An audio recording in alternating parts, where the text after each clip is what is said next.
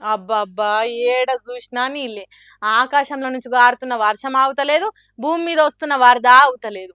అన్న పానీయాల కోసం ప్రజలు కండ్లు కాయలు చేసుకొని చూస్తున్నారు. ముసలి, ముతక, చిన్న, పెద్ద అందరూ చేత పట్టుకొని బిక్కు బిక్కుమని కాలమెల్లదీస్తున్నారు వరదలల్ల జనము. పబ్లిక్ గింతగనం తిప్పలు పడుతుంటే సర్కార్ మాత్రం సచ్చిన పాము తిరిగ చేస్తున్నదట. సీఎం రేవంత్ రెడ్డికి కాలు బయట పెట్టేతానికి ధైర్యం వస్తలేదట. వరదలొచ్చిన ఏరియాను చూసేతానికి వాతావరణం మంచిగా లేదని హెలికాప్టర్ ఎక్కనన్నాడట. అధికారంలో ఉన్న సీఎం గట్లుంటే ప్రతిపక్షంలో ఉన్న వాళ్ళు చూడుండ్రి ఎట్లా తిరుగుతున్నారో.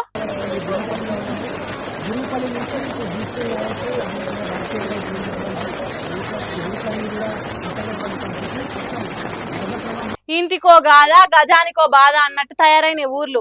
అందుకే హరీష్ రావు సారు గొడుగు పట్టుకొని గోడ గోడ ఏడుస్తున్న తండాల గూడాల జనాల దగ్గరికి చేరిండు. వానల దాటికి వరదలల్ల మొత్తమే మునిగిన దూప్ సింగ్ తండా రాజాపేట ఊర్లకు చేరుకున్నాడు. ఆడ జనాన్ని పలకరించిండు. పైలంగా ఉండాలని చెప్పిండు. ధైర్యంగా ఉండుండ్రి, మేము అండగుంటామని చెప్పిండు.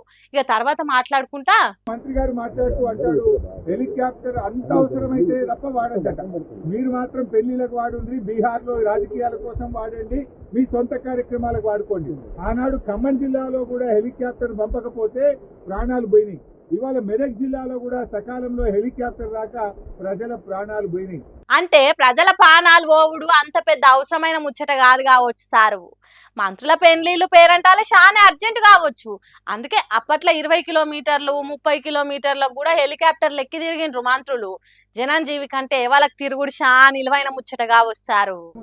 నిన్న ముఖ్యమంత్రి గారు ఇంత వరదలు వస్తుంటే వీడియో కాన్ఫరెన్స్ పెట్టి అత్యవసరంగా రివ్యూ చేయాల్సిన ముఖ్యమంత్రి ఆయన మూసీ సుందరీకరణ రివ్యూ చేస్తున్నాడు.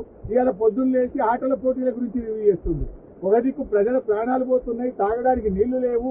హవేలీ గన్పూర్లో నిన్నటి నుంచి కరెంటు లేక 7 గ్రామాల ప్రజలు మంచి నీళ్లు లేక వర్షపు నీళ్లను ప్లేట్లలో గ్లాసులలో పట్టుకొని తాగుతున్న పరిస్థితి ఉన్నది.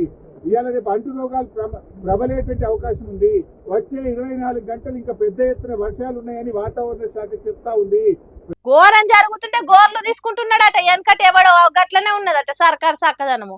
ప్రమాదం పగబట్టినట్టు చేస్తుంటే ఆటల పోటీల మీద రివ్యూలు చేసుడేంది. అడవి గాలిపోతున్నది రాజాము అంటే గుట్టెక్కి చూద్దాం గురువయ్య అన్నాడట. అచ్చం అట్లనే ఉన్నది సీఎం ముచ్చట. ప్రభుత్వం ఇప్పటికైనా మేల్కొని అత్యవసర చర్యలు చేపట్టి ప్రజలను కాపాడుకోవాలి. ప్రజలకు త్రాగునీరు అందించండి, ప్రజలకు అవసరమైన ఆహార పొట్లాలను పంపించండి, హెలికాప్టర్లను అందుబాటులో పెట్టండి.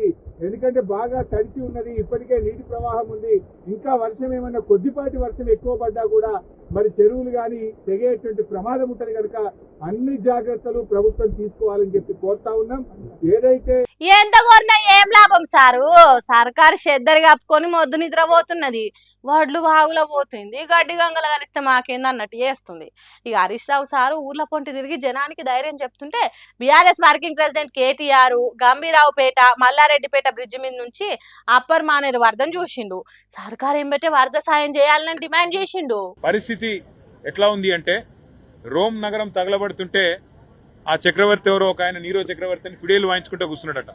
అట్లా రాష్ట్రం వరదల్లో ఉంటే మూసీ సుందరీకరణ ముఖ్యమా, లేకపోతే రాష్ట్రానికి ఒలింపిక్స్ అనే డిస్కషన్ ముఖ్యమా, లేకపోతే ప్రస్తుతం పంట నష్టం ఎంత జరిగింది, ఆస్తి నష్టం ఎంత జరిగింది, ప్రాణ నష్టం ఎంత జరిగింది, ఎంతమంది విపత్తుల్లో ఉన్నారు ఇది చూసుడు ముఖ్యమా? ఏ పని ముఖ్యమో తెలిసిన ముఖ్యమంత్రి అయితే మా పరిస్థితి గిట్ల ఉండేదైనా సారు అన్నట్టు చూసిండ్రట అక్కడ ఉన్న జనాలు. మరి ఆ వానలు ఎప్పుడు ఆగుతాయో, జనాల వరద కష్టాలు ఎప్పుడు తీరుతాయో చూడాలి.